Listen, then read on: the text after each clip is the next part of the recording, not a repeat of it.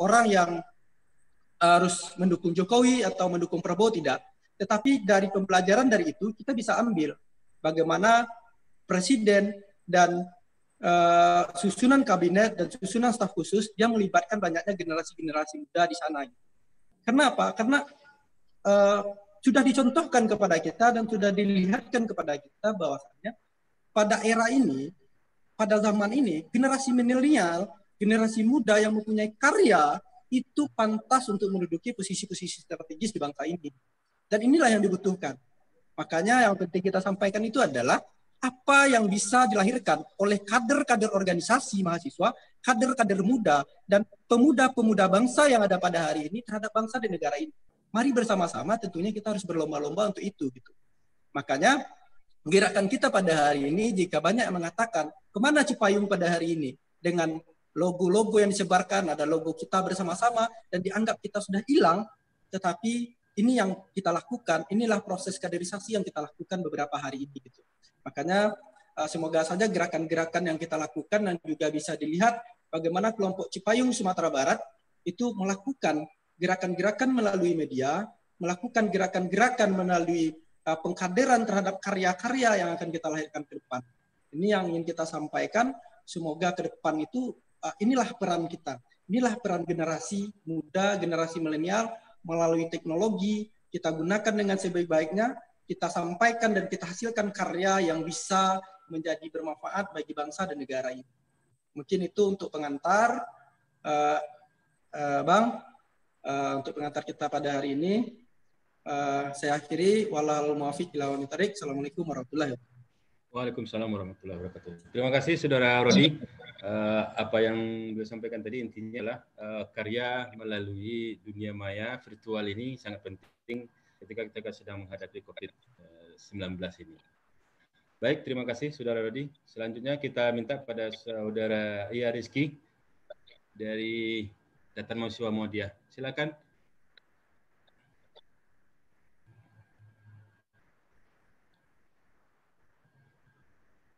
Silakan Saudara Ia Rizky.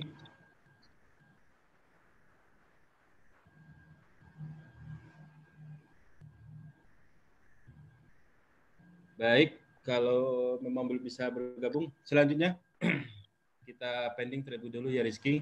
Kita minta pada Saudara Wendy dari Ketua Barko HMI. Silakan. Baik Bang. Sebelumnya Assalamualaikum warahmatullahi wabarakatuh. Bapak-bapak, ibu-ibu, semua kawan-kawan yang ada dalam forum ini. Ini live ya? Live. Halo. Ya, lanjut silakan. Untuk kata penghormatan, kata sambutan mungkin saya tumpangkan kepada kawan-kawan yang sudah bicara terlebih dahulu. Sebelumnya kami juga karena masih dalam suasana Lebaran, mohon maaf lahir dan batin jika ada kesalahan secara pribadi maupun secara organisasi sejauh ini yang dipandang salah dari berbagai perspektif. Kita mohon maaf, itu hanya semata-mata untuk menegakkan keadilan dan kebenaran di muka bumi.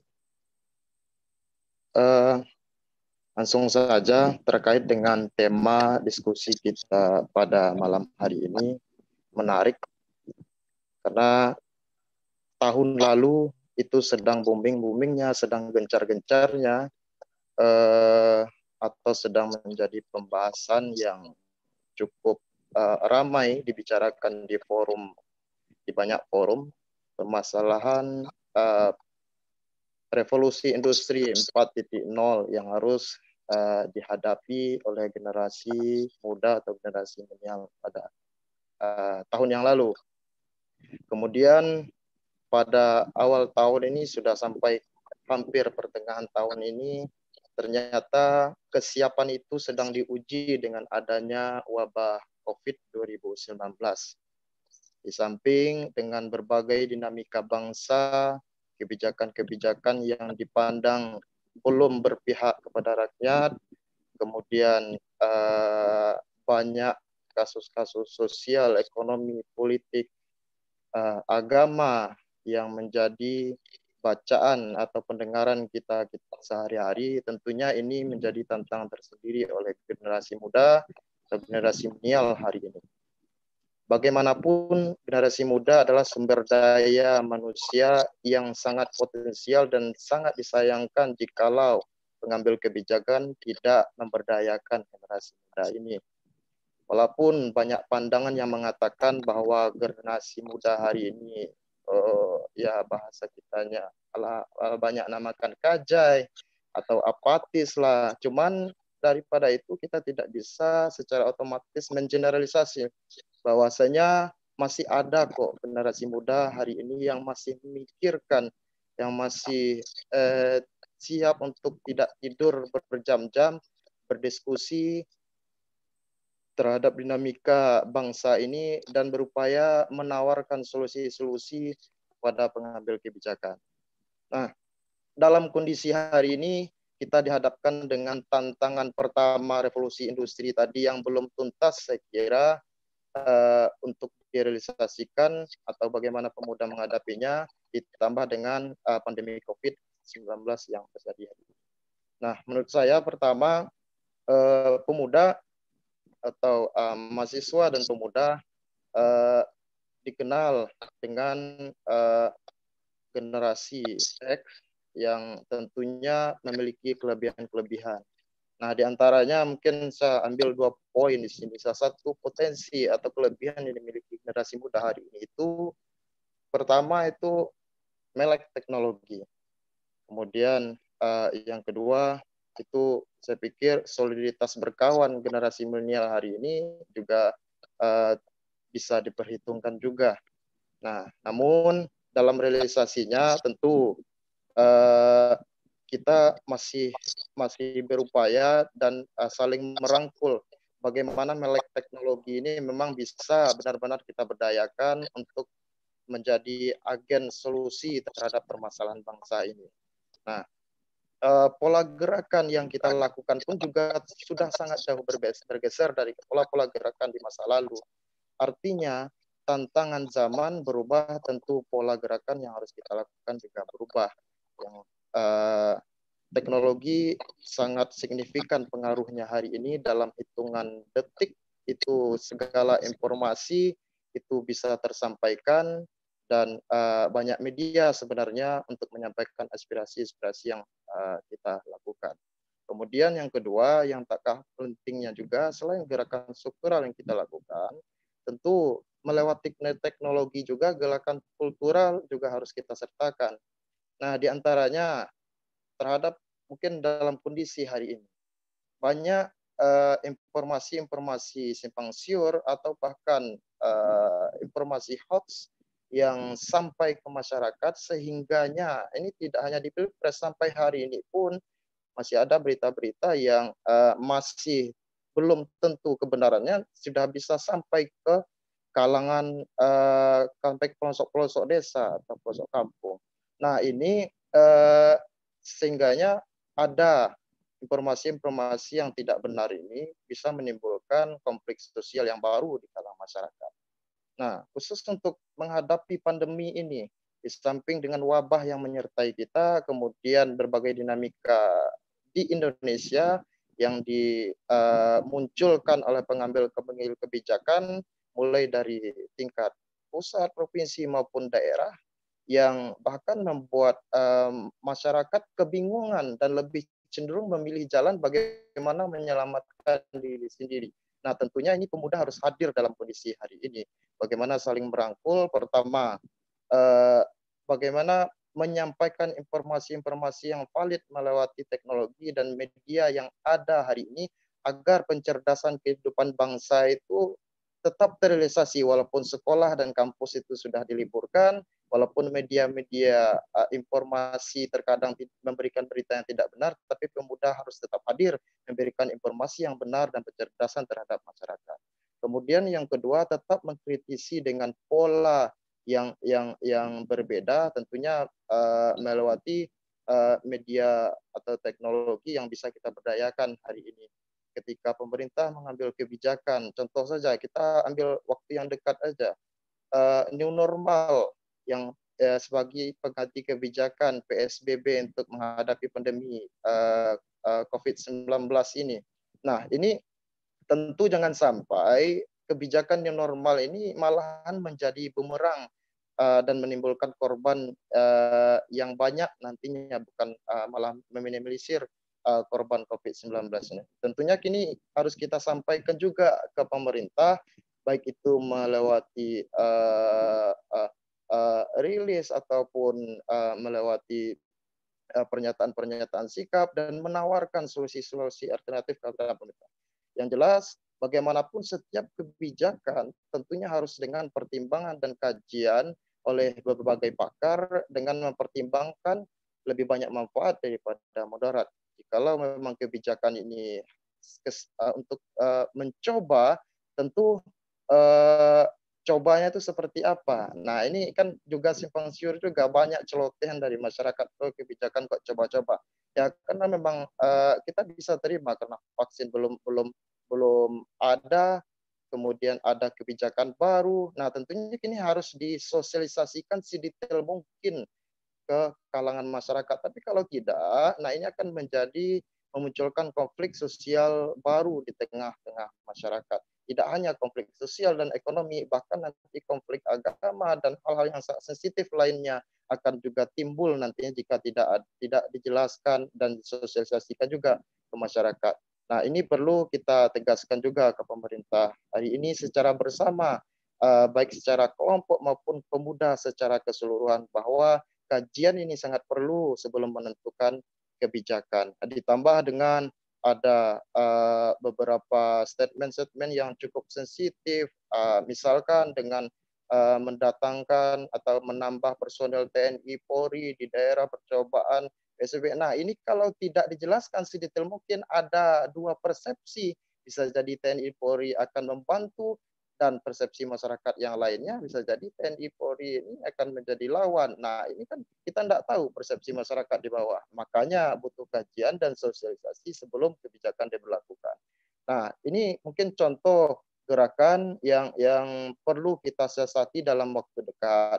Selain dengan berbagai dinamika bangsa yang terjadi hari ini, tentu kita dituntut pemuda hari ini untuk berpikir keras dan saling berangkul tangan. Benar apa yang dikatakan oleh Ketua PII tadi, dengan sampai dengan semakin banyaknya dinamika bangsa, kita semakin mudah untuk dipecah-pecah, sehingganya timbullah kelompok-kelompok pemuda dan mahasiswa yang notabene-nya katanya berjuang untuk bangsa, tapi dengan jalan sendiri-sendiri, sehingga tujuan yang dicapai juga tidak akan pernah sampai.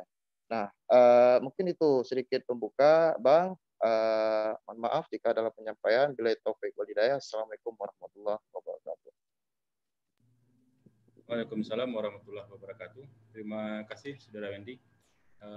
Dari perspektif pergerakan kebangsaan, kelompok-kelompok organisasi pemuda ini memang harus menjadi bagian penting dari baik itu kritik, saran, dengan cara memanfaatkan sarana yang sudah ada pada saat ini. Terima kasih.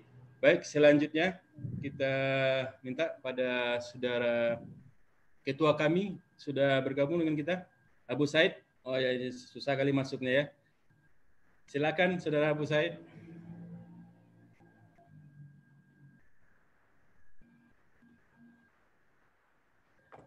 Silakan. Saudara Abu Said suaranya belum di-mute. Udah. Okay. Ya, silakan.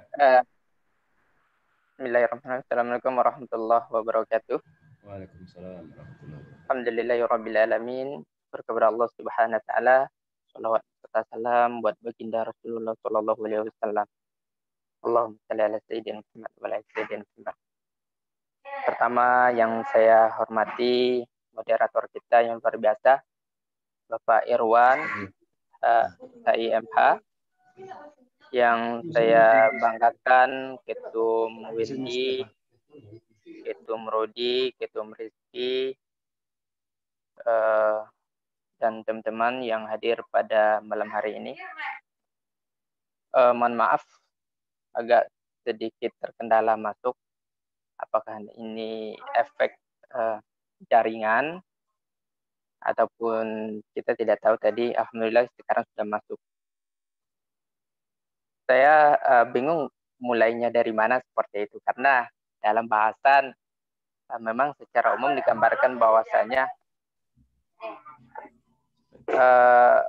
generasi milenial dalam pergerakan kebangsaan. Namun saya akan mengutarakan pemikiran saya tentang generasi milenial, bagaimana generasi milenial bersikap pada hari ini seperti itu. Jauh sebelum itu memang bahwasanya kita dan bahkan kita semua ini mungkin tergolong kepada generasi milenial. Yang satu prinsip yang dapat saya sampaikan dan harapan kepada kita bersama memang sebagai generasi milenial, prinsip perjuangan dan pergerakan itu mesti ada pada diri kita. Artinya, walaupun fase kita pada saat sekarang ini berada pada posisi milenial yang arti kata bahasanya dan orang-orang tua membahasakan kita bahasanya kita adalah generasi yang senang dengan zona nyaman, menikmati fasilitas-fasilitas yang ada pada saat sekarang ini seperti itu. Bahkan tidak sedikit kita mendengar bahwasanya generasi milenial itu terpaku kepada generasi yang memang memikirkan pribadi dan tidak peduli kepada sesama seperti itu. Namun ini harus kita bantah. Ketika pada hari ini kita berada pada kemajuan teknologi, fasilitas banyak dalam yang hadir pada hari ini dalam kehidupan kita bersama, maka prinsip-prinsip perjuangan itu mesti kita selaraskan dan kita sinkronkan pada fasilitas-fasilitas tersebut. Artinya, fasilitas yang ada pada hari ini, generasi milenial harus gunakan dengan sebaik-baiknya sebagai acuan dan media untuk memberikan perbaikan-perbaikan kebangsaan.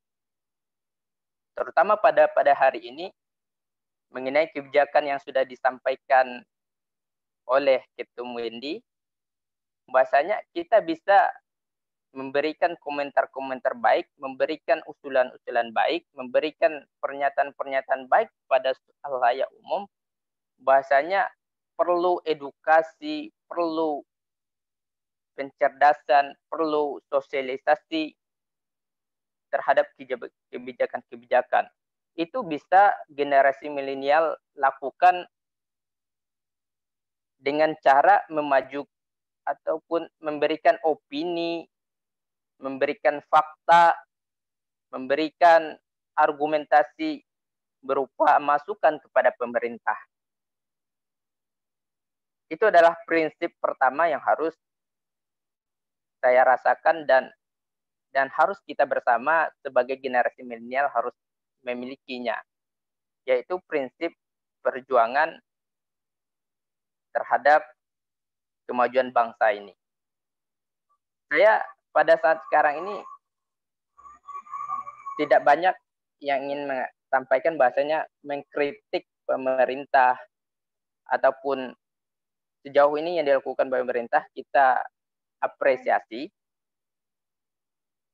Namun ada sesuatu hal yang mesti kita bahas secara bersama dalam kajian-kajian sebagai generasi milenial, sebagai penopang pembantu dari stakeholder yang ada, memberikan separuh ataupun seluruh tenaga kita dalam bingkai kebangsaan, sehingga kita bisa memberikan solusi terhadap permasalahan bangsa ini, terutama terhadap penanganan COVID-19.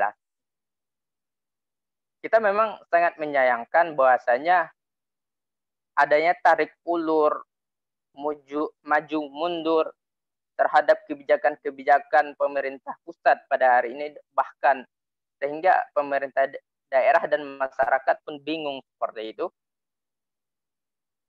Ini adalah mestinya kita sebagai generasi milenial harus memikirkan dan menggunakan seluruh fasilitas yang ada.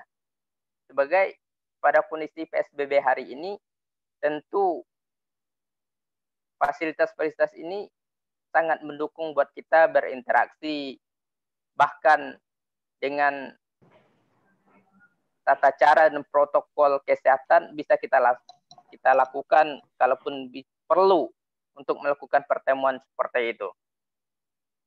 Maka ini adalah prinsip-prinsip perjuangan tersebutlah yang mesti ditingkatkan oleh generasi milenial pada hari ini. Mungkin untuk awal dan sementara Bapak moderator yang saya hormati, mungkin itu yang dapat saya sampaikan terlebih dahulu. Mungkin bisa diperuncing nantinya pertanyaan ya seperti itu, karena tadi cukup menguras tenaga 1,5 ataupun 1 jam untuk masuk dalam sesi ini cukup menguras pikiran dan tenaga saya untuk bergabung dan ingin berkontribusi pada diskusi kita pada malam hari ini. Itu saja Bapak moderator, saya kembalikan kepada Bapak. Oke, terima kasih Bung Abu Said yang sudah menyampaikan kepada kita beberapa pokok pikirannya terkait dengan pergerakan dan peran mahasiswa dalam pasca 22 tahun reformasi. Tentu harus jelas paradigma mahasiswa milenial ini seperti apa.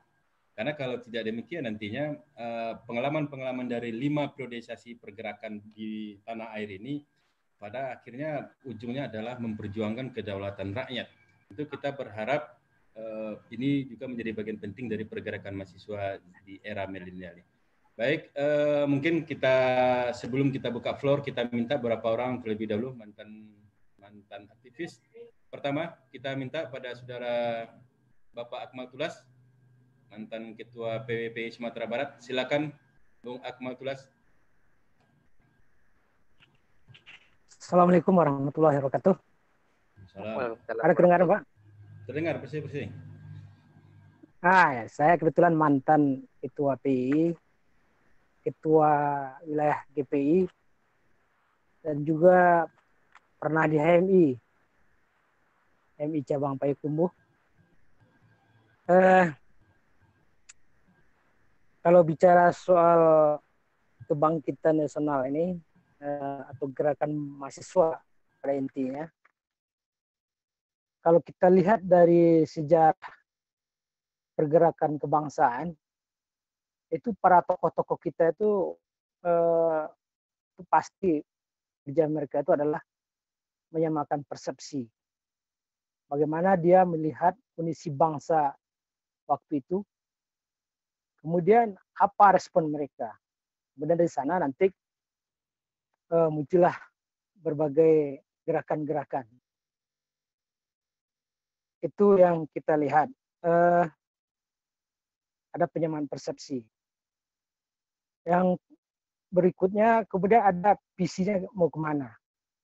Itu kalau kita lihat kalau dari segi gerakan. Jadi sekarang ini kalau saya perhatikan ya diskusi-diskusi tentang masalah kondisi bangsa ini, penyamaan persepsi itu yang kurang. Apalagi kondisi saat sekarang ini juga dipengaruhi oleh hegemoni kekuasaan terhadap gerakan mahasiswa. Hingga juga ada gerakan buzzer segala macamnya. Juga sangat mempengaruhi. Saudara-saudara sekalian dan Pak moderator yang saya hormati, kemudian bicara tentang gerakan mahasiswa. Jadi gerakan mahasiswa itu harus kita bedakan dari aksi mahasiswa. Jadi kalau gerakan mahasiswa itu dia berorientasi jangka panjang, jelas apanya, programnya, jelas tujuannya, mau apa.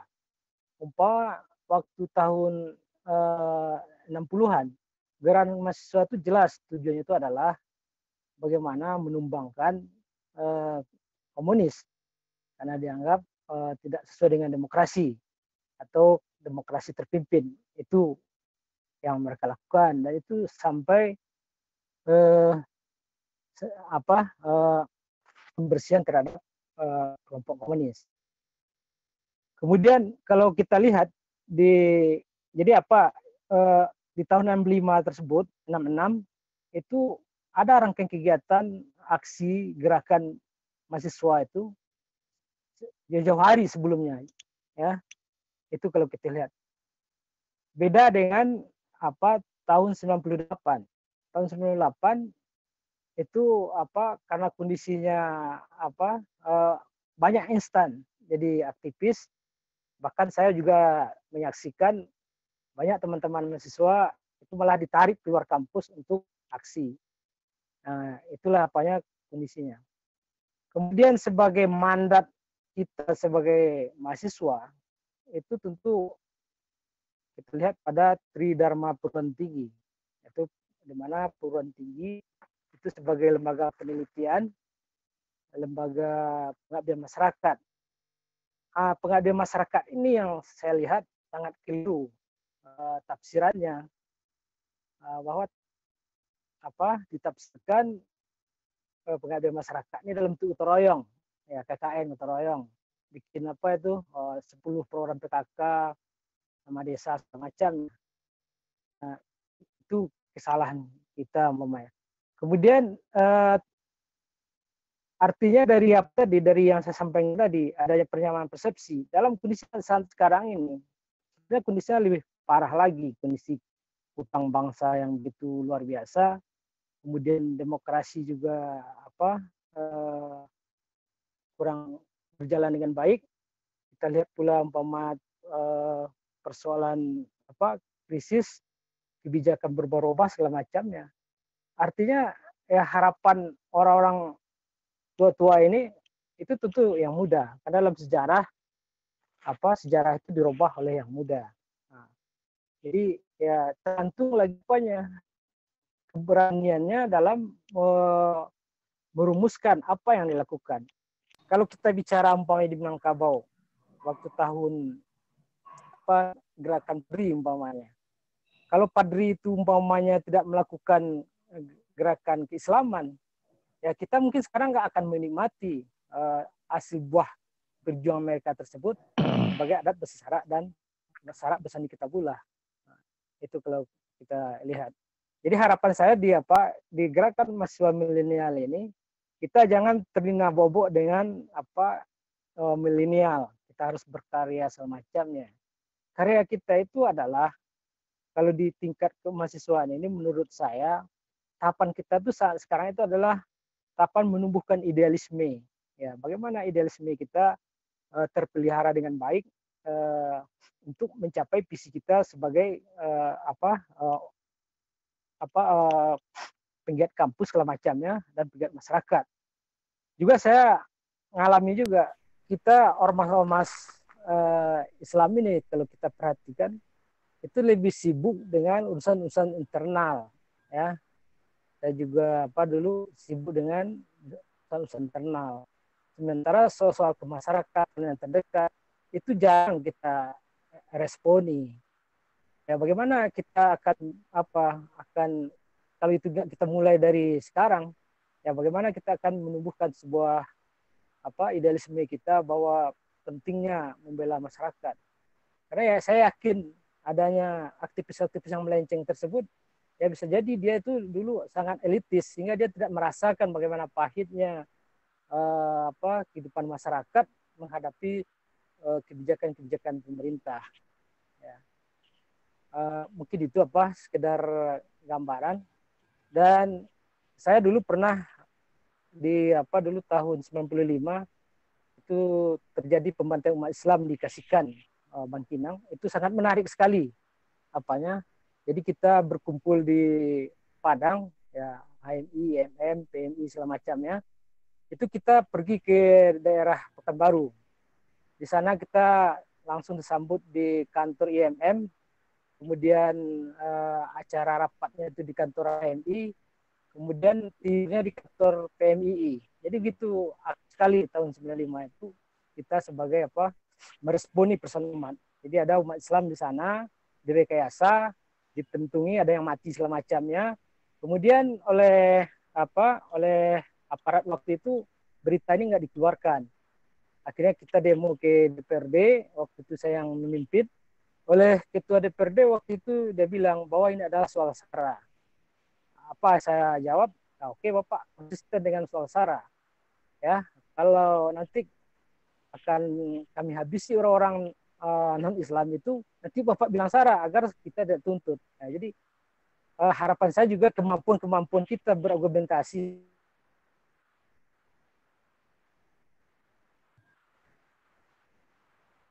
Lalu? Ya, terputus. Terima kasih Pak Akmal Tulas yang sudah menyampaikan pokok-pokok pikirannya. Ini memang beliau terputus berkomunikasi dengan kita.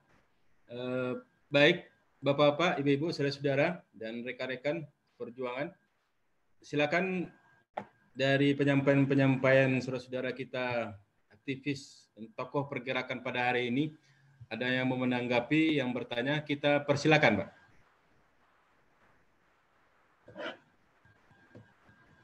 Silakan, ada yang mau bertanya?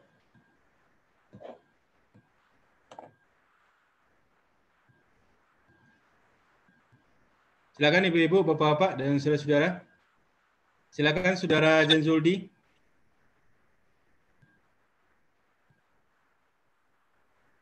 Tadi Saudara, silakan. Tadi lama terputus. Yes, udah kita tutup. Silakan Saudara Jenzuldi. Sebentar Bang. Bentar. Setelah ini Bang. Oke, sip. Silakan, ada yang mau menanggapi? Ini Saudara Ihya Rizky sepertinya belum bergabung bersama kita. Baik, ada yang mau bertanya? Silakan. Ibu-ibu, Bapak, dari perspektif mereka para aktivis muda pada hari ini, kalau pergerakan zaman dahulu sangat membumi, oleh karena masih rendahnya dukungan-dukungan teknologi untuk pergerakan mereka. Sekarang dalam kamar saja para ketua ini sepertinya bisa membuat statement politik dan itu bisa mempengaruhi dan menggoyang istana kekuasaan ini. Ini sangat menarik. Jadi ada perubahan paradigma oleh karena ada dukungan faktor perubahan teknologi. Silakan, ada yang mau bertanya? Silakan, ibu-ibu, bapak-bapak, dan saudara. Saya ingin bertanya. Halo? Saya. Ya, silakan. Saya mau bertanya. Silakan yang mau berkomentar dan berpendapat.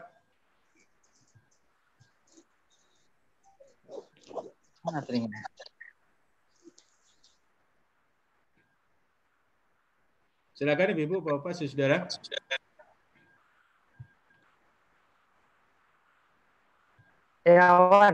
Ya, silakan. Pak Moderator, mungkin tambahan bagi terputus ya. Terdengar suaranya ya? Terdengar. Suaranya terdengar? Ya, terdengar. Oke. Ya, jadi yang perlu kita pakai itu bagaimana membangun sebuah gerakan ya. Jadi bukan aksi ya. Gerakan itu jelas jangka panjang. Jadi walaupun kita udah tamat di kampus, kita juga tetap memelihara adik-adik itu tetap melakukan sebuah kegiatan pencerdasan. Saya masih ingat waktu ada teman kita dari dosen Unhas, dia ambil S2, dia bilang itu saya waktu kuliah itu buku-buku dikasih sama senior-senior saya, nah, gitu katanya kan. Gitu orang membangun kader tersendiri.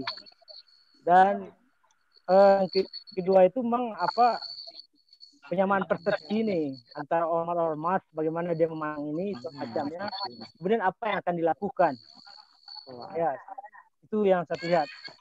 Apa respon kita? Respon ini kurang kan. Kalau di yang banyak itu kan, kalau di medsos itu luar biasa apanya semangatnya mau perang, tapi pas ketemu nggak bisa ngapa-ngapain gitu ya. Jadi itu mungkin. tambahan. Oke, Terima kasih. terima kasih Pak Akmal. Oke, silakan selanjutnya Saudara Zanzuldi. Assalamualaikum warahmatullahi wabarakatuh. Waalaikumsalam. Saya ikut ikut berdiskusi saja. Nah, bagi saya yang juga pernah mantan aktivis lah ya, dari Sumbar sampai ke Jakarta dan seterusnya lah. Artinya suatu zaman itu punya generasi sendiri. Makanya saya termasuk yang saya pernah di PII, pernah di HMI. Saya termasuk orang yang berpikir berbeda dengan teman-teman yang lain. Ada yang hobi menghadiri kongres, ada yang hobi menghadiri muktamar. Saya termasuk yang tidak hobi begitu-begituan. Jadi karena yang menentukan, yang tahu tentang kondisi hari itu ya yang memimpin saat itu gitu. Jadi jangan kita hebatnya kita pada masa lalu itu ya cukup jadi catatan kita sendiri aja gitu. Kalaupun mau disampaikan ke adik-adik ya pelajaran sejarah saja gitu. Jadi jangan berpikir bahwa generasi hari ini akan mengulang itu lagi, karena momentum pun nggak bisa terjadi dua kali gitu. Kehebatan reformasi 98 orang ada yang masih berpikir kehebatan mahasiswa ya belum tentu.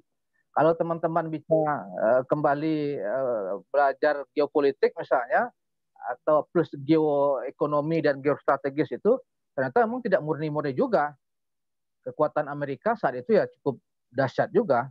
Kenapa Pak Arto lengser pada 98? Cukup riskan juga. Apakah ini kepentingan umat Islam yang terbonsai? Ini kan perlu diskusi panjang dan perlu diskusi lanjutan ya, forum-forum seperti ini. Itu yang pertama. Yang kedua, bagi saya mestinya saat seseorang, saya pernah dulu juga mantan ketua umum lah, suatu ormas.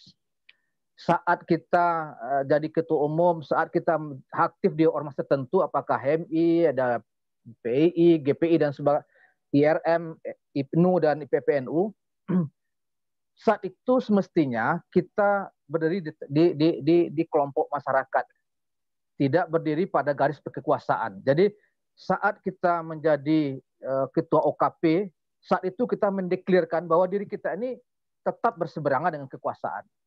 Apa yang kita saksikan beberapa waktu yang lalu, ini kan perlu kritik juga bagi kawan-kawan pengurus wilayah. Ada kawan-kawan Batko, ada kawan-kawan PII maupun kawan-kawan yang lain lah, kawan-kawan kami. Tren kepemudaan dan ormas sekarang kan trennya itu bermesraan dengan kekuasaan. Bangga berfoto dengan presiden, bangga membagikan bantuan bersama presiden, bersama menteri-menteri. Itu kan bagi saya nggak menarik gitu. Mestinya ormas kepemudaan dan kepelajaran itu saat dia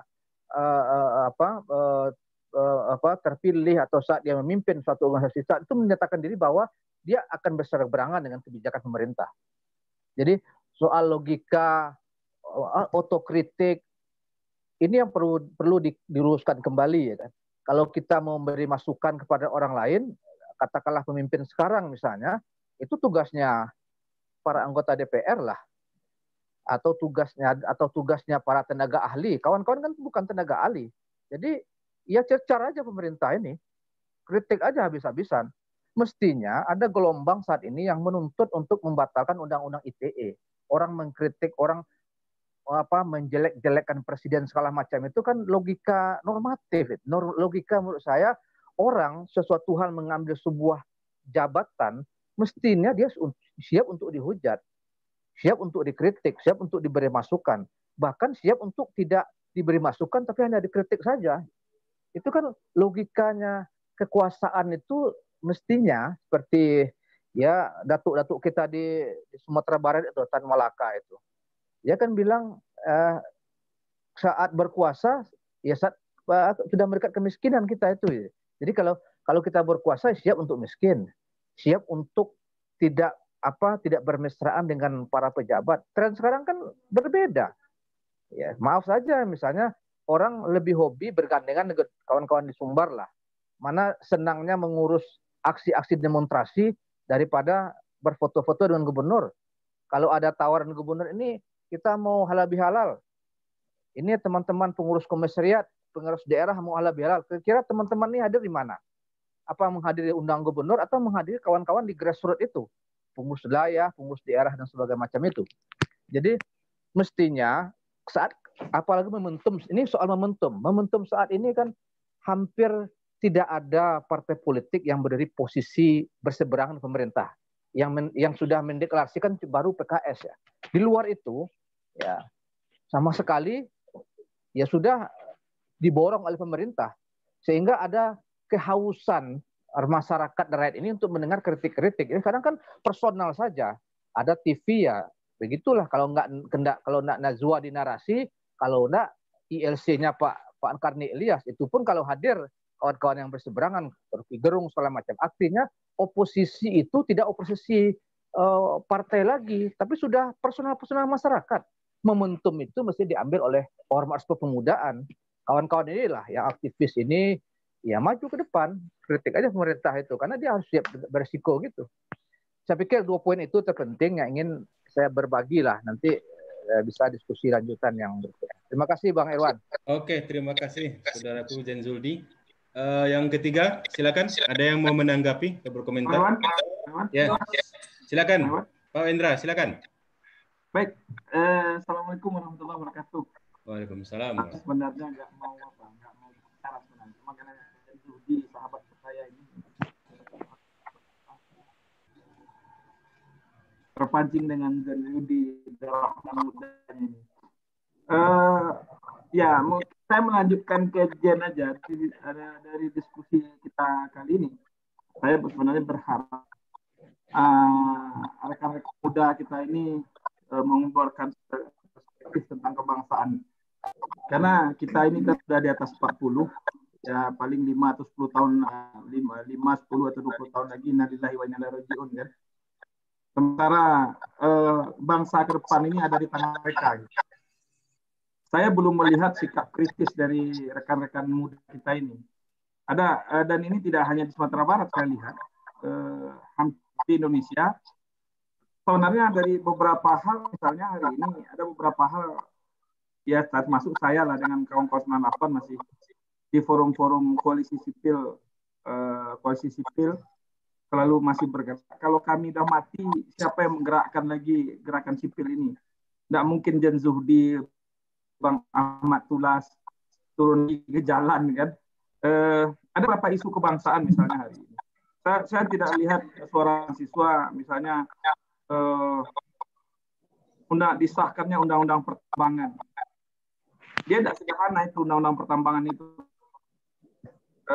Kalau kami di forum-forum aktivis setengah tua ini, mudanya masih, tuanya belum, kami masih bersuara. Sebenarnya suara ini kan masih kita harapkan dari anak-anak muda, rekan-rekan muda ini.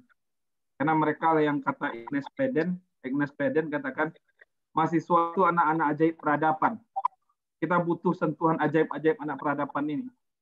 Kalau kemudian kata Tan Malaka, idealisme lah yang paling mahal dari anak muda itu. Saya tidak melihat suara-suara mahasiswa melihat Kemudian hari ini misalnya kemarin pilkada mau dilaksanakan 9 Desember. Saya tidak dengar suara mahasiswa.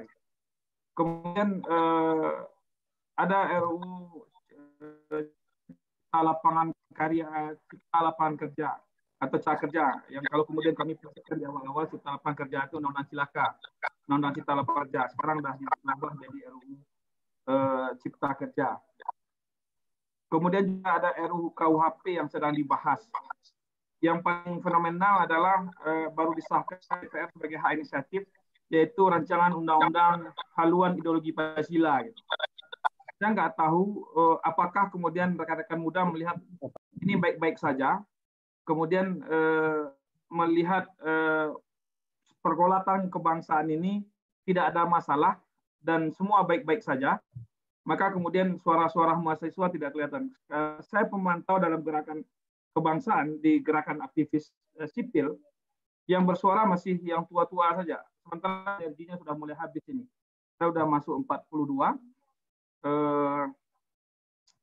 dan Bang Amatullah mungkin sudah lebih, dan beberapa senior yang hadir dalam ini juga sudah lebih. Ataukah kemudian ada perubahan gaya atau metode pergerakan mahasiswa? Ini yang saya kira nggak tahu. Apakah cukup dengan membuat status di Facebook atau di media sosial maka kemudian dianggap selesai dan apa gitu? Tetapi saya juga tidak melihat itu, tidak melihat suara-suara mahasiswa mengkritisi. Saya kemudian juga tidak 100% sepakat dengan saudara Jan Zuhdi, bukan berhadapan dengan pemerintah atau menjadi lawan pemerintah, tetapi menjadi orang-orang yang kemudian mengawal pemerintahan secara bijak. Kalau pemerintah benar, maka wajib kita dukung. Sebagai seorang anak bangsa, kalau ada yang salah, wajib kita kritik. Karena bangsa ini bangsa dan negara ini adalah milik kita semua. Walaupun hari ini Pak Jokowi sebagai pemimpin presiden pilih yang sah, yang tidak bisa lagi digugat secara konstitusi, maka kemudian kita harus dukung beliau. Kalau beliau melakukan kebijakan benar. Tapi kalau ada kegiatan yang salah, wajib kita kritik sebagai anak bangsa. Terutama aktivis yang kalau saya katakan kita diberikan kutukan oleh sejarah. Aktivis itu adalah orang yang diamanahkan untuk melakukan perubahan. Saya mungkin karena masih merasa aktivis walaupun udah 42, maka kemudian salah satu webinar ini kita adakan adalah melihat sejauh pikiran-pikiran muda, rekan-rekan muda terhadap persoalan kebangsaan. Misalnya hari ini kita sudah di beberapa forum, di forum WA dan webinar, adalah yang ke depan akan dibahas pada masa sidang depan adalah rancangan undang-undang haluan ideologi Pancasila yang kemudian sudah menjadi hak inisiatif murni, yang dimana TAP MPR nomor 25 atau 66 tidak dimasukkan sebagai landasan yuridis terhadap rancangan undang-undang tersebut. Itu tentang larangan Partai Komunis, Leninisme, dan lain-lain sebagainya. Ini berapa? Saya sebenarnya ingin ataukah kemudian mahasiswa tidak care dengan isu-isu kebangsaan, termasuk isu-isu masyarakat, termasuk COVID-19 ini. Betul di awal-awal saya lihat beberapa rekan-rekan muda mengumpulkan sumbangan, melakukan gerakan sosial, saya lihat itu di beberapa wilayah Indonesia, termasuk Sumatera Barat. Tetapi kemudian apakah kemudian dengan kita stay at home ini atau WFH ini kemudian terpaksalah semua ide dan pikiran kita pun harus stay, ya harus relax dan stay di rumah, kemudian tidak mungkin itu beberapa hal yang menjadi catatan saya. Bagaimana ke depan gerak, mungkin tadi si Hakim dan si Wedi ngomong ini ada perubahan dan modifikasi gerakan.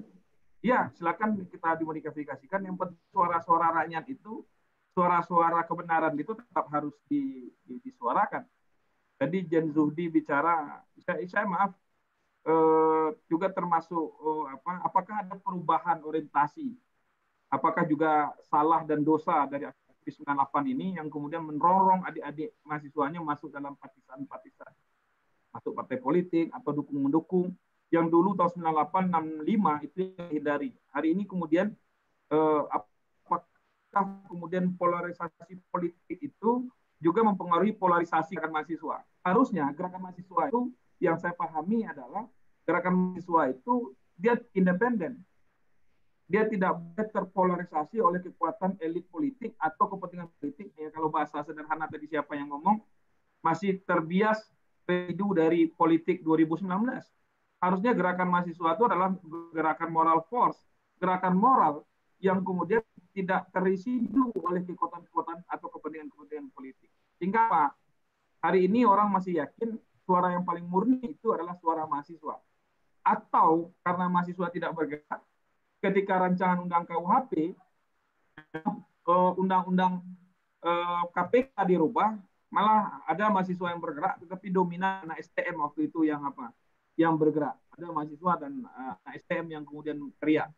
Atau pikiran terakhir sama dengan karena kita sudah malas berteriak dan tidak mau lagi menyuarakan kebenaran, maka pilihannya diam. Ataukah suara-suara diam ini adalah suara-suara kalah?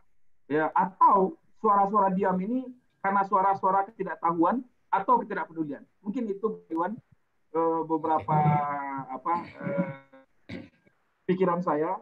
Mudah-mudahan diskusi ini kemudian bukan dalam rangka kemudian apa, tetapi mencari format gerakan kemahasiswaan, termasuk bagaimana silaturahmi di antara mahasiswa ini. Kalau dulu kita harus jalan kaki, memanggil kumpul kawan-kawan, sekarang cukup dengan WA, kemudian pakai motor, bisa berkomunikasi, tetapi jarak di antara aktivis menurut saya hari ini lebih lebar. Lebarnya bukan karena ideologi perjuangan atau nilai-nilai perjuangan, tetapi lebih kepada polarisasi kepentingan elit dan politik 2019. Mudah-mudahan ini tidak terjadi di Sumatera Barat.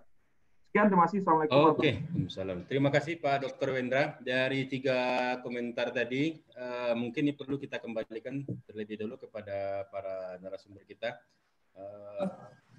Hampir mereka sekalipun mencoba membandingkan, tapi setidaknya ada akar yang terkait dalam konsepsi pergerakan ini yang coba kita sinergikan sepanjang masa, mulai dari 0822 Tan Malaka saja dalam usia 22 tahun, kemudian Sehari dalam usia 22 tahun sudah menjadi bagian penting dari negara. Silakan Rodi. Ya, begini Bang, sebelumnya saya mohon izin dulu kepada kakanda, kepada senior yang tadi telah memberikan pencerahan yang sangat luar biasa. Ini adalah ajang diskusi, saya mohon maaf jika ada hal yang mungkin agak berbeda dari kakanda semuanya, daripada senior semuanya. Tetapi apapun diskusi kita pada hari ini tentu adalah pembelajaran. Tadi kenapa saya memulai dengan pernyataan bahwasanya sudah banyak sekali yang dinyatakan pada hari ini, bahwasanya kemana gerakan mahasiswa pada hari ini. Apakah mereka tertidur, apakah mereka terlelap, apakah mereka ternyenyak, dan yang lain-lain. Maka itu yang saya mulai tadi. Karena apa? Karena memang ini sudah kita dengarkan. Dan setelah ada masukan dari kakanda-kakanda tadi, dan hampir juga hal itu kembali muncul gitu. Makanya saya menjelaskan dan memulai dari itu. Walaupun tadi saya terlambat masuk. Tetapi bagaimanapun seperti yang disampaikan oleh Bang Akmal ya, Bang Akmal tadi, bahwasannya dalam gerakan mahasiswa itu harus jelas visi misinya seperti apa gitu. Memang visi misi itu memang harus jelas seperti apa sehingga saya sampaikan seperti itu tadi. Tetapi gerakan pada hari ini, gerakan yang harus dilakukan mahasiswa itu ada idealisme. Idealisme mahasiswa itu harus dikuatkan. Dan saya sangat yakin gerakan dari tahun 65, gerakan 98 sampai hari ini gerakan itu tetap, idealisme itu tetap kita jaga. Saya yakinkan itu setiap organisasi kepemudaan itu adalah gerakan yang memang harus tetap kita jaga dalam setiap proses kaderisasi, dalam setiap proses kebijakan dan lain-lain. Idealisme itu tetap kita jaga. Itu adalah gerakan yang patut dan harus kita tiru dari gerakan yang lama gitu. Tetapi yang penting pada hari ini tentu gerakan ada hal-hal yang penting yang harus tetap kita jaga dari gerakan yang dilakukan oleh senior-senior kita pada zaman dulu, dan tentunya harus kita sesuaikan juga dengan gerakan-gerakan pada hari ini. Seperti yang disampaikan oleh Bang Zen ya, Bang Zen tadi, mohon izin Bang, bahwasanya kita mahasiswa ini harus mengkritik pemerintah terus gitu. Kita harus berada pada berseberangan pada pemerintah terus gitu. Tetapi saya sangat salut dengan apa yang disampaikan oleh Bang Wendra tadi. Kita juga harus mempunyai pemikiran tentang tipe gerakan kita itu seperti apa gitu. Apakah kita harus bertentangan saja dengan pemerintahan, harus kita mengkritik saja, sedangkan ada hal-hal penting yang kadang-kadang itu kita kaji dan kita diskusikan itu ternyata sangat penting gitu. Apakah kita tidak boleh mendukung apabila hal itu sangat penting dan bermanfaat untuk orang banyak gitu. Maka ini yang harus kita sampaikan. Maka saya sering menyebutnya adalah sparring partnernya pemerintah. Makanya pada hari ini gerakan itu kita tidak melulu harus mengkritik, tetapi juga ada saat-saatnya kelompok-kelompok mahasiswa itu mendukung apabila hal-hal itu penting gitu, hal-hal itu bermanfaat gitu. Makanya silahkan saja kita semua melihat kembali jejak-jejak digital gerakan-gerakan mahasiswa di Provinsi Sumatera Barat beberapa hari yang lalu. Apakah benar kami diam di saat Perpu KPK, kami diam di saat Undang-Undang Omnibus Law, apakah kami diam di saat corona seperti ini? Silahkan saja dilihat jejak digitalnya seperti apa. Kami selalu melakukan kajian-kajian seperti masalah Undang-Undang KPK yang lalu. Kita melakukan kajian, kita melakukan diskusi-diskusi, dan malahan itu kita lakukan dan kita libatkan seluruh beberapa komponen-komponen yang hadir di sana, dan kita diskusikan apa yang bisa kita lakukan, apakah ini kita tolak, apakah ini kita terima, apakah ada kritikan-kritikan yang penting, maka itu kita sampaikan. Termasuk juga Undang-Undang Cipta Lapangan Kerja kemarin, Undang-Undang Omnibus Law kemarin.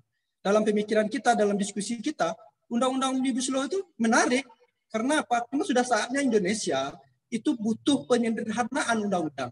Indonesia itu butuh, karena apa? Karena banyak pintu yang dilalui di dalam proses, hal-hal proses dalam melakukan investasi di Indonesia, itu mengakibatkan akan banyaknya hal-hal yang tidak diinginkan akan terjadi. Maka kita dukung apabila pemerintah bisa menyederhanakan undang-undang yang banyak tersebut menjadi beberapa undang-undang, tentu akan mengunting dan bisa memproses dengan cepat seluruh hal-hal sesuai dengan kebutuhan kita pada hari ini. Tetapi kita juga tidak pernah lupa mengkritik beberapa isi yang ada di Undang-Undang Cipta Lapangan Kerja itu. Kita mengkritik, tetapi tujuan dari Undang-Undang Omnibus Law yang kita dukung, tetapi kita mengkritik isi-isinya di mana masalah PHK, masalah pensiun, masalah uang pesangon dan yang lain-lain yang harus disinkronkan, yang harus melibatkan para pekerja-pekerja, yang harus melibatkan organisasi-organisasi pekerja, tidak hanya melibatkan DPR dan pemerintah, harus mendengarkan itu. Ini yang harus kami sampaikan kepada media, kami sampaikan dari hasil-hasil diskusi itu, supaya apa? Supaya ini bisa didengarkan dan bisa menjadi pertimbangan. Maka ini yang penting yang harus kami sampaikan tadi. Kenapa gerakan pada hari ini itu kalau senior-senior masih membandingkan gerakan hari ini dengan gerakan di zaman 60, 65, 98, tentu harus ada modifikasi. Tetapi modifikasi yang kami lakukan, sistem gerakan yang kami lakukan tidak akan pernah meninggalkan tujuan dari apa yang dititipkan oleh senior-senior kita pada zaman dahulu. Termasuk idealisme itu tetap kita jaga. Kita harus tetap. Jika ada yang mengatakan kita berfoto dengan penjabat itu adalah sebuah kebanggaan, bukan berarti kami setiap hari itu adalah orangnya orang pemerintahan. Ada saatnya kita mengkritik pemerintahan, ada saatnya juga kita memberikan kritikan pedas terhadap apa yang mereka ambil kebijakan-kebijakan itu gitu. Maka ini yang kita sampaikan, dan kenapa saya menyampaikan tadi mengawali dengan banyaknya hal-hal yang disampaikan. Tetapi intinya itu adalah harapan kita bersama. Kritikan dari senior-senior adalah masukan bagi kami bersama, sehingga apa? Sehingga gerakan-gerakan kita ke depan itu lebih nyata. Gitu. Tetapi insya Allah, kalau untuk masalah corona pada hari ini, apakah kelompok Cipayo atau kelompok OKP Pemuda pada hari ini diam, silahkan dilihat jejak digitalnya, bagaimana kita bergerak, ikut serta, terjun ke lapangan, mengawal bantuan-bantuan yang ada, kita juga ikut mendistribusikan bantuan-bantuan, baik melalui organisasi masing-masing, maupun bergabung bersama. Itu adalah bentuk kerja nyata organisasi pada hari ini. Dan yang paling penting sekali lagi yang saya katakan, kenapa karya itu sangat penting? Tadi idealisme saja yang sangat penting. Karya itu tidak perlu, karena karya itu setelah kita berorganisasi. Yang ingin saya sampaikan, pengurus organisasi pada hari ini itu umurnya sudah memang kita batasi 30, tetapi sudah umur 28 tahun masih saja mengurus organisasi. Sedangkan di luar sana di umur 25 tahun itu sudah harus menguasai sebuah dunia, menguasai sebuah teknologi yang sangat luar biasa. Sudah harus menjadi pengusaha, sudah harus menjadi orang-orang yang luar biasa gitu. Apakah kita tidak boleh menyiapkan kader-kader yang seperti itu gitu? Ini yang harus kita lihat. Apakah kita siapkan saja orang-orang yang habis berorganisasi ini akhirnya menjadi apa gitu? Ini yang harus kita lihat ke depan itu. Apakah idealismenya kita tanamkan, tetapi setelah mereka selesai berorganisasi di umur yang 28 tahun, ternyata mereka tidak punya karya apapun gitu. Nah, inilah kenapa saya katakan tadi, karya pemuda pada hari ini, di zaman milenial ini juga sangat penting. Di umur 25 tahun, itu sudah harus menyiapkan apa yang kita butuhkan, apa yang bisa kita lakukan terhadap bangsa dan negara ini. Mungkin itu tambahan dari saya atas apa tadi. Sekali lagi mohon maaf. Karena ini biasa kita berdiskusi memang pro dan kontra. Mungkin juga ada tambahan dari kawan-kawan yang lain. Silakan Saudara Taufik atau Abu Said dulu ini. Oh ya, silakan Taufik.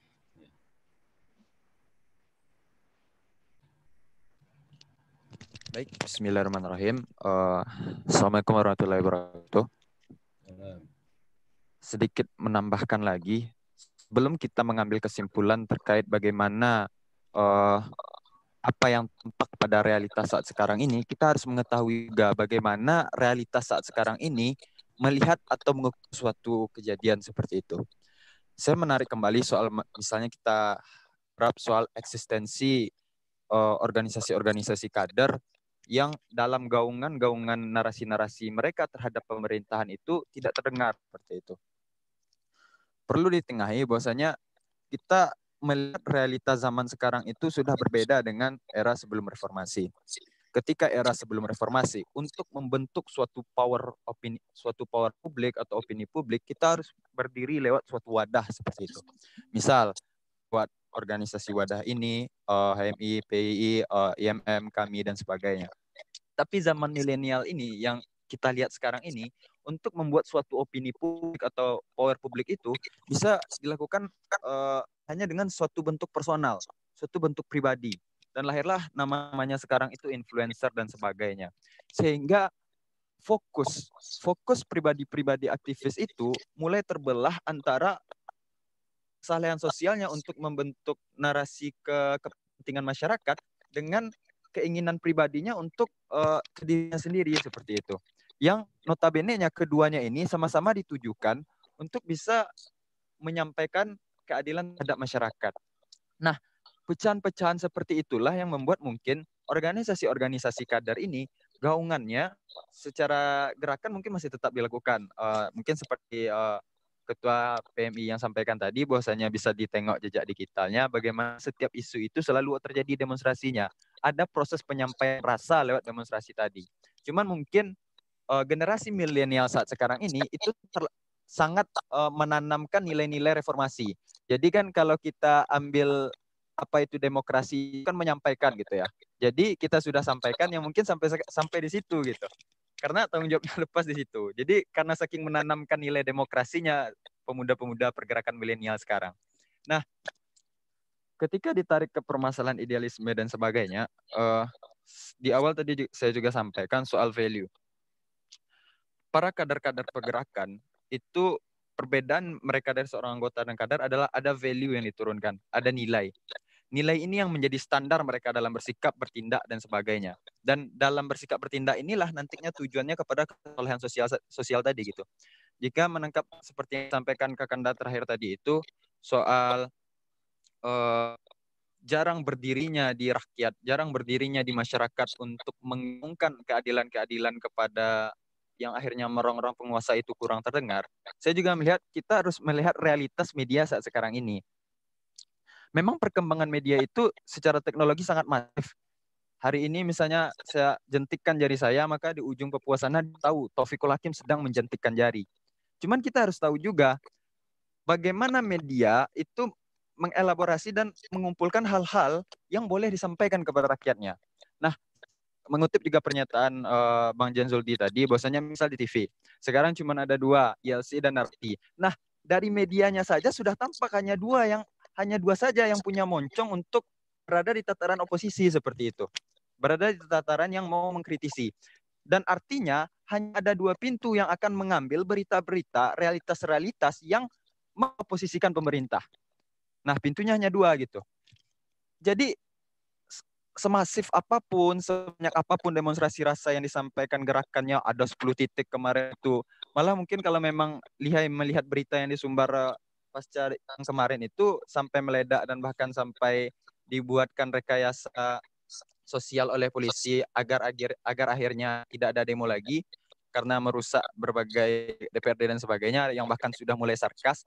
Nah, artinya kan hal-hal itu masih terjadi gitu.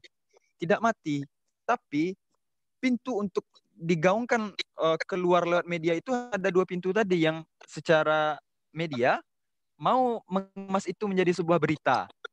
Karena zaman milenial sekarang itu kita selalu mengharapkan sebuah kenyamanan, termasuk dalam sesuatu yang kita sukai lihat gitu, misalnya berita. Kita condong mengharapkan atau melihat hal-hal yang kita baik sajalah dahulu seperti itu. Sehingga kalau kita main teori ekonomi berarti supply atau permintaan pasar, permintaan rakyat Indonesia itu condong kepada narasi-narasi yang baik-baik saja. Sehingga sebanyak apapun narasi yang untuk menjelaskan keburukan atau yang terjadi di pemerintahan saat sekarang ini, itu tidak akan sampai ke media karena itu tidak jadi suatu hal yang bisa dijual secara massal gitu. Nah, di situ juga kita dapat melihat bagaimana kesimpulan seperti tadi itu dapat tidak kita ambil sebagaimana mestinya saja. Saya sedikit mengarahkan lagi terkait tema pembahasan kita saat sekarang ini terkait bagaimana milenial dalam pergerakan persatuan kebangsaan. Sebagai negara hukum pada pasal 1 ayat 3 Undang Dasar 1945 yang menyatakan bahwasanya negara Indonesia adalah negara hukum, kita berlandaskan setiap gerakan kita itu sesuai dengan Konstitusi Negara Kesatuan Republik Indonesia. Dan saya melihat sejatinya gerakan-gerakan saat sekarang ini secara nawaitu masih tertuju atas dasar-dasar sila dan kebangsaan tadi. Hanya saja bentuk polarisasi yang mungkin gerakan itu hanya bersifat titik-titik kelompok-kelompok tadi tidak menggaungkan itu menjadi sesuatu hal yang power center gitu, tidak menjadi center sehingga masih secara distribusi berserakan. Nah, itu yang mungkin disayangkan kenyataan terkait apa-apa yang disampaikan tadi. Mungkin seperti itu. Mungkin seperti itu dulu tambahannya. Kalau ada apanya untuk diskusi, terima kasih. Assalamualaikum warahmatullahi wabarakatuh. Terima kasih. Baik, selanjutnya kita minta tanggapan Saudara Abu Said.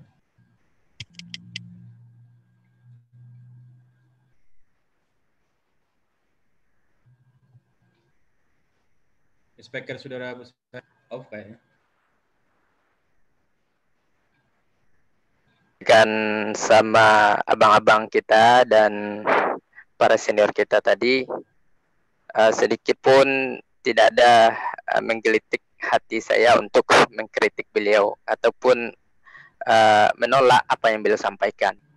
Dan saya berterima kasih banyak kepada abang-abang yang telah menyampaikan masukan, bahkan kritik kepada kita-kita yang sedang di bawah ini, sedang menjalankan roda organisasi ini. Mudah-mudahan ini menjadi renungan bersama buat kita, buat kemajuan pergerakan generasi milenial ini ke depan. Namun semua itu memang saya sangat perlu yang namanya pembinaan. Kita memang sudah ada pengkaderan di organisasi yang ada seperti itu.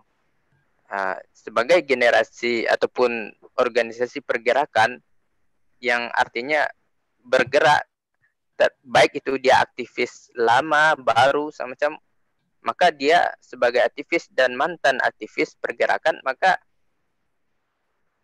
ide-ide dan tenaga, pikiran, semacamnya itu sangat dibutuhkan dari perbaikan-perbaikan sekitar seperti itu. Maka pembinaan di sini sangat dibutuhkan. Dan hubungan komunikasi yang baik antara para senior-senior kita yang telah lanjut, yang media dan wadahnya sudah berbeda, tidak lagi seperti yang kita lakukan di tingkat-tingkat bawah, itu sangat membantu sekiranya itu dibangun kembali seperti itu. Dibangun kembali bahwasanya dilakukan pembinaan dan hadir lagi jiwa-jiwa pergerakan di lapangan itu, mental-mental baja di lapangan itu memang perlu diberikan dan diturunkan kepada kita-kita ini gitu loh. Karena bagaimanapun masanya pada hari ini, kondisi segala macamnya, itu kuantitas dari pergerakan itu memang perlu dipercikkan api gitu loh. Perlu sokongan dan dorongan dan hembusan jiwa-jiwa pergerakan itu kepada kader-kader seperti itu. Maka hadirnya dari senior-senior kita mengajak kepada senior-senior yang sudah berada di zona pemerintahan mungkin, pengusaha, profesional, dosen semacamnya, itu hadir kembali, terjun dan sentuh adik-adik. Mungkin ini menjadi bantuan yang cukup baik kepada pergerakan mahasiswa pada hari ini. Kemudian hadirnya jiwa-jiwa oposisi terhadap pemerintah itu memang butuh pembinaan dan pencerdasan dan bahkan dorongan dan tonjokan lah gitu kepada adik-adik seperti itu. Mereka tidak akan cukup mental mengkritik semacamnya ketika mental itu tidak dipupuk. Artinya kita menarik dan ingin mengharapkan kembali bahwasanya marilah sama-sama kita orang-orang yang tersentuh dari organisasi pergerakan ini sama-sama memikirkan, dan senior-senior memikirkan adik-adiknya supaya melejit berpikir cemerlang untuk kebaikan bangsa ini, seperti itu. Itu yang ketiga, mungkin sebagai oposisi pemerintah itu memang kita bagus kita beroposisi terhadap kebijakan-kebijakan yang tidak berpihak kepada masyarakat. Namun kalau ada kebijakan yang baik, tentu kita perlu kita sokong dan perlu kita sosialisasikan secara bersama. Terkait bagaimana nanti pergerakan mahasiswa seperti pergerakan dahulu 65, 98, yang pada notabene-nya kami tersendiri hadir pada tahun 98, dari abang-abang kita hadir dari menggerakkan massa dan pemuda pada hari itu, tentu perlu lagi memberikan hembusan-hembusan perjuangan tersebut. Mudah-mudahan generasi milenial pada hari ini memang betul-betul bisa menjalankan cita-cita perjuangan yang sudah dilakukan oleh para pendahulu-pendahulu kita, seperti itu. Itu saja mungkin tambahan dari saya, Pak. Saya kembalikan. Terima kasih, Bu Said. Mungkin dari saudara Wendy ada mau menanggapi? Saudara Wendy? Ini udah nggak kelihatan. Baik, untuk sesi yang kedua kita minta kepada Pak Dr. Emeril Catra. Beliau juga aktivis dahulu semasa kuliah. Mungkin banyak pengalaman yang bisa kita ambil dari beliau. Silakan Pak M. Terima kasih. Assalamualaikum warahmatullahi wabarakatuh. Terima kasih moderator. Yep. Saya nggak bisa menghadirkan gambar karena kalau gambar saya keluar sinyal langsung tidak stabil. Sebenarnya saya tadi mau menyimak saja karena saya senang dengar suara yang muda-muda ini. Tapi karena diminta oleh moderator, kalau tidak saya layani rasanya kurang menghormati moderator juga. Jadi saya biasa memanggil yang muda-muda ini kemenakan. Jadi salam saya untuk nakan semua. Karena memang saya sudah hampir 60 tahun. Anak saya yang bungsu sudah sarjana, jadi kalau masih mahasiswa, nakan-nakan ini ya menakan inilah ya. Udah pantas lah saya sebut kemenakan semua. Saya menyadari betul bahwa setiap generasi dia punya corak sendiri di dalam merespon keadaan. Kita yang tua-tua ini nggak bisa memformat benar generasi ini seperti apa. Tapi ada satu benang merah sebenarnya yang menghubungkan antara satu generasi dengan generasi lain, yaitu kecintaan terhadap bangsa. Itu yang akan menghubungkan. Ya. Ada generasi tahun 45 yang cinta kepada bangsa Indonesia. Ada generasi 65, ada kemudian generasi 78, ada generasi 80-an. Saya kebetulan generasi 80-an. Ya, saya sudah menjadi aktivis mahasiswa sejak tahun 80. Saya masuk jadi mahasiswa tahun 81, tahun 80, tahun 82 itu saya sudah mulai masuk gerakan mahasiswa. Tapi yang ingin juga saya sampaikan adalah enggak semuanya juga yang senior-senior itu benar dari dulu. Banyak juga yang kucing air dari dulu. Nah, satu hal yang menyebabkan kemudian saya mundur dari gerakan mahasiswa itu adalah karena saya melihat dengan mata kepala sendiri, dengan pengetahuan kepala saya sendiri waktu itu di Bandung, ternyata mahasiswa itu juga tidak independen. Nah, yang saya maksud sebagai idealis itu, ya, bersikap idealis itu adalah independen.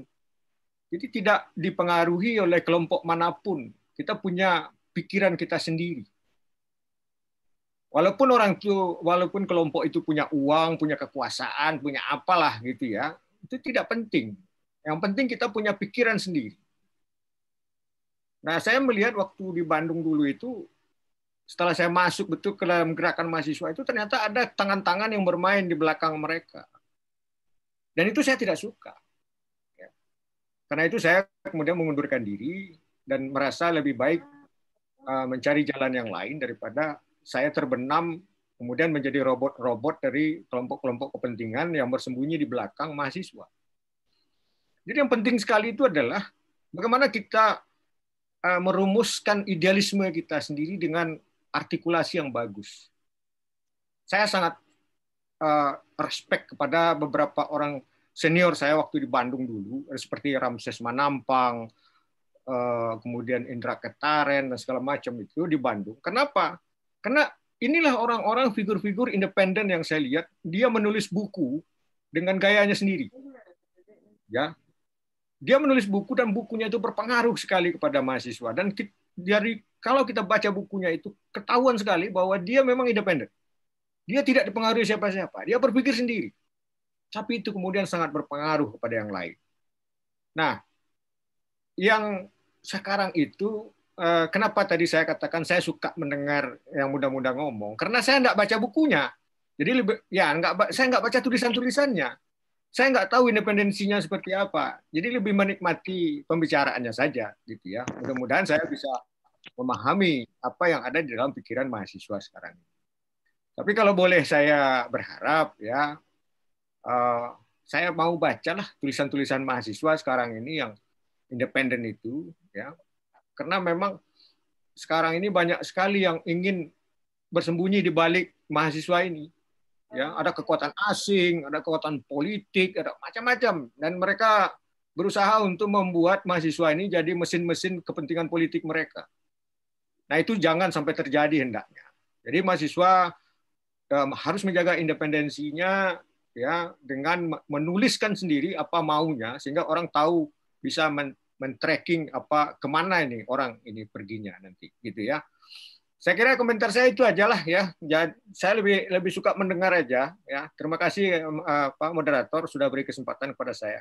Assalamualaikum warahmatullahi wabarakatuh. Waalaikumsalam warahmatullahi wabarakatuh. Ini sudah masuk Bung Wendy Juli. Bung Wendy, silakan Bung Wendy menanggapi dari pertanyaan-pertanyaan tadi.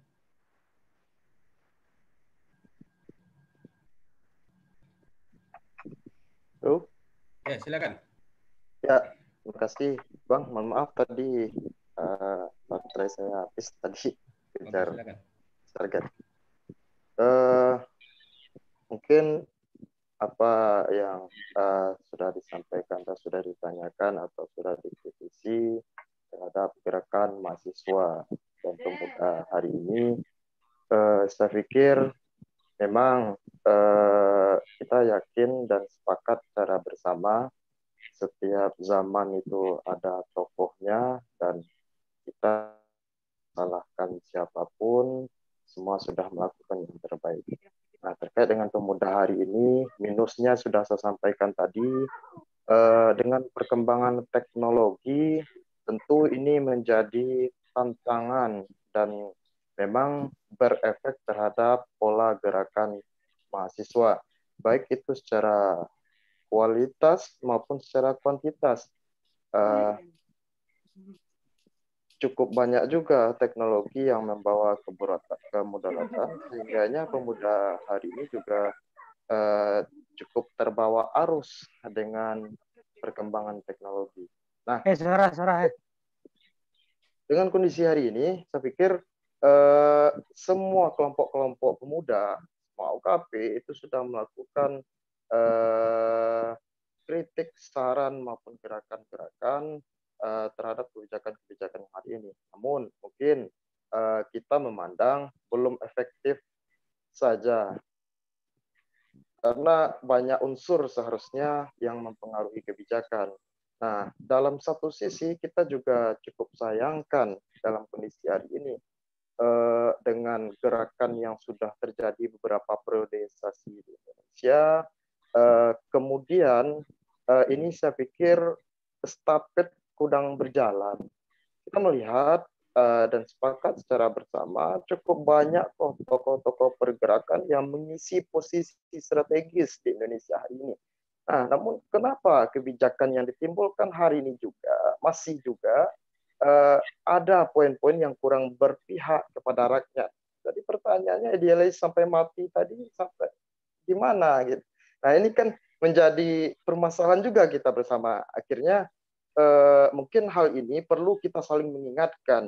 Ya, ini sudah hukum alam ketika sudah diuji dengan sebuah jabatan, tentu ini cukup banyak godaan sehingga idealisme yang akan mementingkan kepentingan rakyat itu juga susah untuk disanakan. Nah, ini kalau seandainya ada sinergisitas, ada senior-senior kita yang dulunya juga berada dalam posisi kita hari ini menyuarakan kebenaran kepentingan masyarakat, kemudian ditanggapi juga dengan nilai-nilai idealisme, saya pikir semua saran yang baik-baik untuk kebijakan rakyat itu akan direalisasikan. Namun kita cukup sayangkan juga kemana tokoh-tokoh pergerakan dulu, kemana tokoh-tokoh reformasi yang ada di posisi-posisi strategis bangsa hari ini, kenapa diam gitu. Sambut dong suara-suara kita, teruskan dong kepada pengambil kebijakan tertinggi. Nah, jika sinergisitas dan estafet ini bisa tersambung dengan baik, saya pikir kita akan memandang Indonesia ini akan lebih baik ke depannya. Tapi kalau siklusnya seperti itu aja, sekarang memimpin, besok dapat jabatan, hilang idealisme, sekarang memimpin, besok, nah sampai besok-besok juga akan seperti ini gitu. Nah, namun kita pemuda hari ini masih optimis. Ketika idealisme itu sudah ditanamkan hari ini, kapanpun sampai mati pun akan tertanam. Cuman nilai-nilai itu perlu kita jaga secara bersama untuk saling mengingatkan bahwa kita pernah berjuang bersama, jangan khianati masyarakat walaupun sudah berada dalam posisi strategis, ataupun kondisi pemuda hari ini masih tetap sama-sama menyuarakan kebenaran beberapa yang disampaikan oleh Bang Wendra tadi, beberapa dinamika permasalahan kebijakan negara hari ini yang dipandang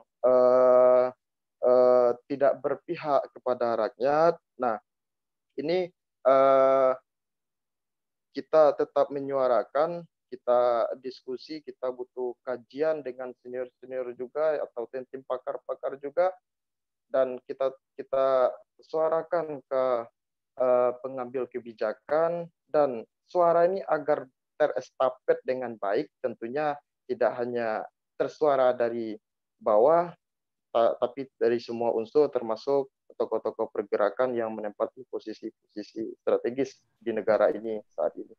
Mungkin itu jawaban sederhana, karena tidak mungkin hal ini kita pelihara secara bersama, sehingganya nilai-nilai idealisme, kemudian cita-cita bangsa ini untuk mencerdaskan kehidupan bangsa, bagaimana Indonesia ini bisa sejahtera, hanya tidak sebatas angan-angan, agar kita tidak menjadi pelanjut dosa-dosa dari penerus kita, dari pendahulu kita. Kita suarakan idealisme, kita suarakan membela masyarakat hari ini, ternyata kita juga diajarkan bagaimana mengkhianati bangsa kita sendiri. Itu aja, Bang. Oke, terima kasih. Cukup tajam apa yang disampaikan oleh Saudara Wendy ini. Tapi menarik, karena memang intinya itu, regenerasi itu harusnya yang konstruktif dan positif, dan ada garis yang terbangun seperti disampaikan oleh Pak Emeraldi Catra tadi. Baik, untuk yang terakhir kita minta satu orang dari perempuan bisa menyampaikan pandangan dan pendapatnya. Kita persilakan. Ada yang mau berpendapat? Silakan. Baik, kalau memang tidak ada di antara, ya silakan. Oh ya, silakan Pak Adil Wahidi. Silakan. Terima kasih Bang Irwan. Assalamualaikum warahmatullahi wabarakatuh. Selamat malam kepada teman-teman narasumber, teman-teman aktivis pergerakan di Sumatera Barat. Selamat juga kepada Bang Irwan dan Mbak Kaba ini yang telah mengumpulkan orang-orang hebat ini begitu. Kali aja selama COVID-19 inilah forum pertama yang mempertemukan tokoh-tokoh kita ini begitu. Saya minta maaf terlambat mengikuti ini, jadi mohon maaf kalau tidak nyambung dengan pembicaraan kita sebelumnya. Saya Adil Wahidi di Padang. Saya melakukan bertanya kecil-kecilan begitu kepada teman-teman mahasiswa ketika di awal-awal mahasiswa itu di tahun 1 itu kan banyak sekali organisasi yang merekrut gitu ya anggota-anggotanya gitu ya, macam-macam lah begitu. Yang saya tanyakan, apa sih jualan organisasi itu gitu, sehingga mengajak Anda untuk ikut di organisasi tersebut A, B, C, D gitu ya. Jawabannya adalah yang paling banyak itu adalah senior kami itu pejabat gitu. Senior kami ada yang bupati, ada yang anggota DPRD, ada yang menteri begitu, ada yang ini dan segala macam gitu kan. Lalu ada nggak gagasan lain yang sifatnya gagasan gitu? Yang paling banyak ternyata itu gitu ya. Apa yang saya tangkap di sini adalah ada fenomena yang sebetulnya sudah berubah begitu. Orientasi gerakan sudah berubah ke orientasi kekuasaan atau politik gitu. Kalau cara menjual organisasi dengan cara demikian begitu. Ini baru pertanyaan atau ya bukan survei juga ya, tapi boleh dicoba nanti apa sih yang menjadi clue dari teman-teman dari organisasi mahasiswa atau pemuda ini dalam merekrut anggotanya gitu, terutama kepada mahasiswa-mahasiswa. Jadi saya menangkap ada gejala itu, yang dijual ternyata bukan gagasan lagi, karena orientasi politik ini sudah besar. Orientasi kekuasaan ini sudah cukup tinggi di tubuh organisasi pemuda dan mahasiswa gitu. Sehingga yang dijual bukan lagi gagasan, tapi yang dijual adalah senior Rambo, kalau di kami, senior kami ada yang bupati, ini semuanya begitu. Yang mentereng seperti itu yang dijual, bukan bukan lagi gagasan ya. Jadi menurut saya gagasan di organisasi atau lintas organisasi ini memang harus diperkaya begitu. Kemudian yang kedua, memang forum atau dapur atau sejenis percaturan lah yang dimiliki oleh teman-teman mahasiswa atau pemuda dalam membahas atau membakar isu-isu lokal yang ada. Dan itu menurut saya itu penting. Dan yang ketiga, saya setuju tadi, siapa tadi yang bilang tidak ada yang sifatnya oposisi terhadap pemerintah, tapi yang benar adalah organisasi ini beroposisi terhadap kebijakan.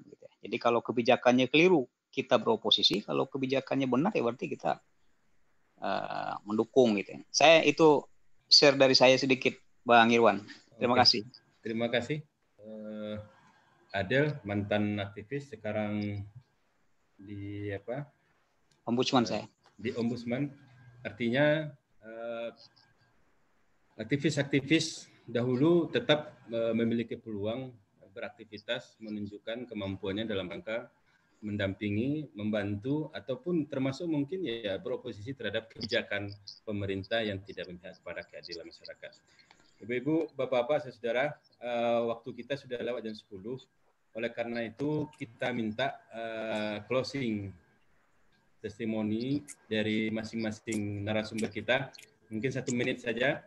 Bagaimana ke depan kita melihat, tetap dasarnya adalah bahwa kita harus membangun kembali idealisme dalam diri kita dengan wajah dan model baru ini. Silakan. Kita minta pertama pada Saudara Taufik. Baik, terima kasih Bang. Mungkin sedikit cepat saja. Satu benang merah yang saya lihat realitas yang ada di jalan pergerakan saat sekarang ini adalah kenapa idealisme tadi hilang, kenapa dan sebagainya. Karena kita sudah... Halo? Silakan.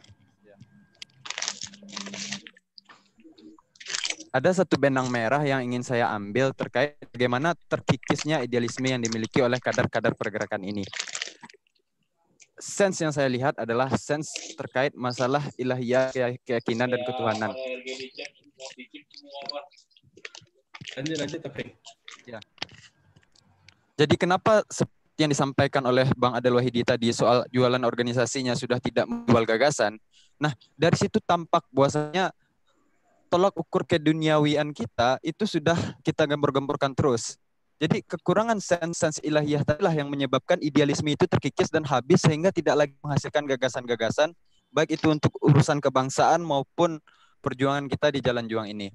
Nah, bagaimana narasi milenial ke depannya itu untuk dapat digagas dengan hal yang keadilan terhadap masyarakat adalah dengan membetulkan kembali, ibaratnya kalau di dalam Islam kan tauhidnya dibenarkan. Nah, berarti idealismenya itu tujuan orientasi awalnya itu harus kembali untuk kebenaran, keadilan, dan berdiri di posisi masyarakat tadi, mungkin seperti itu. Sehingga kepentingan-kepentingan lain tidak tergantung ke sana. Kenapa akhirnya misalnya para kader-kader itu orientasinya tidak untuk lillah atau perjuangan lainnya, karena dirinya sudah bergantung kepada hal lain, orientasinya sudah bertukar, dan harus kembalilah kita kepada orientasi yang sejatinya dimiliki tadi, yaitu idealisme itu sendiri. Mungkin sekian. Assalamualaikum warahmatullahi wabarakatuh. Terima kasih. Silakan Rodi, closing statement-nya. Pendek saja pada diskusi hari ini. Pada diskusi hari ini, yang penting yang ingin kita sampaikan adalah tentunya idealisme dan keindependenan gerakan mahasiswa tetap harus kita jaga, tetapi juga sudah saatnya pemuda juga harus memikirkan bagaimana skema gerakan pada hari ini, dan tentu harus kita sesuaikan skema itu dengan keadaan zaman dan perkembangan teknologi yang ada. Itu closing kita pada malam ini dari saya. Mohon maaf kepada seluruh senior, Kakanda, jika ada hal-hal yang tidak berkenan. Semoga ini menjadi ilmu yang bermanfaat untuk kita bersama. Demikian. Assalamualaikum warahmatullahi wabarakatuh. Salam. Terima kasih, Saudara Rodi. Silakan, Saudara Abu Said.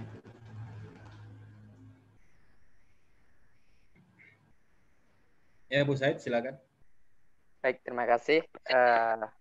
Yang dapat saya sampaikan untuk statement closing ini, generasi milenial adalah merupakan generasi yang sudah banyak pernak-pernik menghiasi kehidupan dan pergerakannya, sehingga naluri pergerakan itu hari demi hari cukup bisa terkikis. Oleh karena itu memang sangat dibutuhkan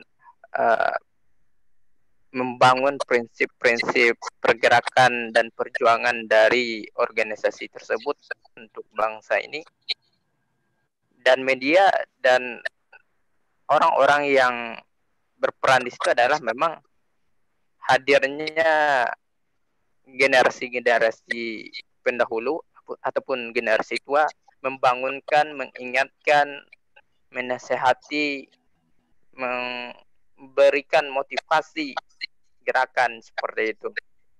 Kita juga ingatkan kepada senior-senior, jangan dengan posisi sekarang kita abai dengan adik-adik kita gitu. Dengan adanya posisi mungkin di pemerintahan, di posisi-posisi di kabupaten atau kota dapat kabit semacamnya, sehingga kita terkikis juga gitu. Maka orang-orang seperti ini dan senior-senior itu harus membangunkan kembali dirinya dan adik-adiknya seperti itu, sehingga prinsip dari yang disampaikan dan harapan terhadap organisasi pergerakan pada hari ini itu semua bisa tercapai gitu. Saya secara pribadi memang merasakan gerakan mahasiswa itu, apa yang disampaikan itu memang ada benarnya seperti itu. Namun ini semua adalah sebagai elemen pergerakan mahasiswa, generasi pergerakan, maka semua kita harus bahu-membahu membangun pergerakan ini untuk kebaikan bangsa seperti itu. Itu saja saya kembalikan kepada moderator. Terima kasih, Saudara Bu Said. Terakhir kita minta Saudara Wendy dari Parko HMI.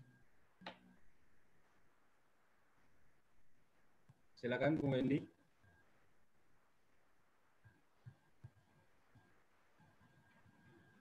Bu Wendy. Ya, baik. Ibu-ibu, bapak-bapak, saudara, sebagaimana sudah disampaikan oleh para narasumber kita, saudara kita, pada hari ini mereka adalah pemegang estafet pergerakan bangsa ini. Sebagaimana sudah disampaikan tadi bahwa pertukaran zaman, perbedaan waktu itu sangat menentukan sekali dengan karakter gerakan, tetapi memang tetap ada sesuatu yang harus dijaga benang merahnya dalam proses kemajuan dan perkembangan serta dinamika bangsa ini. Tetap bahwa inti dari pergerakan itu adalah menjaga, memelihara, menyelamatkan bangsa ini dari setiap kebijakan yang salah. Kita bisa kembali membaca di masing-masing ADRT organisasi kita, bagaimana kemudian gerakan perjuangan dasar dari organisasi itu dibangun tidak lain adalah untuk kepentingan bangsa. Saya ingat apa yang disampaikan oleh Muhammad Nasir, teruslah mendayung karena sungai itu terus akan semakin deras, dan jangan biarkan sampanmu diilirkan oleh sungai yang keras itu. Artinya apa? Bangsa ini akan terus berkembang. Aktivis-aktivis akan terus menghadapi dinamikanya. Atas kepentingan untuk menyelamatkan bangsa kita, memang dituntut dari setiap aktivis untuk berpikir, berkarya, sebagaimana yang sudah dilakukan oleh masing-masing organisasi. Saudara-saudara, terima kasih kepada Taufik Hakim, kemudian kepada Saudara Rodi, kemudian Abu Said, kemudian juga Wendy, kemudian kepada Pak Imran Catra, kemudian Pak Wendra Yunardi, Pak Akmal, Pak Adel, dan saudara-saudara yang lain yang sudah hadir pada malam hari ini berdiskusi terkait dengan pergerakan kepemudaan kita. Acara ini terima kasih kita sampaikan kepada Portal Bangsa Institute, kemudian juga bakaba.co, Sumber Time. Ini adalah permulaan, ini adalah upaya kita untuk memancing saudara kita untuk kembali membuka matanya melihat persoalan real yang dihadapi oleh bangsa ini. Mudah-mudahan apa yang dilakukan oleh Bakaba dan Portal Bangsa Institute serta Sumber Time ini bisa menjadi motivasi bagi kita bersama untuk melihat kembali ke dalam sejauh mana perjuangan ini tetap konsisten dengan idealismenya. Itu saja dari saya. Mohon maaf jika ada ibu-ibu bapak yang tidak sempat saya akomodir untuk bertanya pada malam ini. Mohon maaf. Sekian saja. Billahi taufiq wal hidayah. Assalamualaikum warahmatullahi wabarakatuh. Terima kasih Rodi. Terima kasih ibu bapak sudah hadir malam ini. Terima kasih, malam besok ada juga diskusi. Terima kasih. Terima kasih Bapak, Ibu. Ibu ini.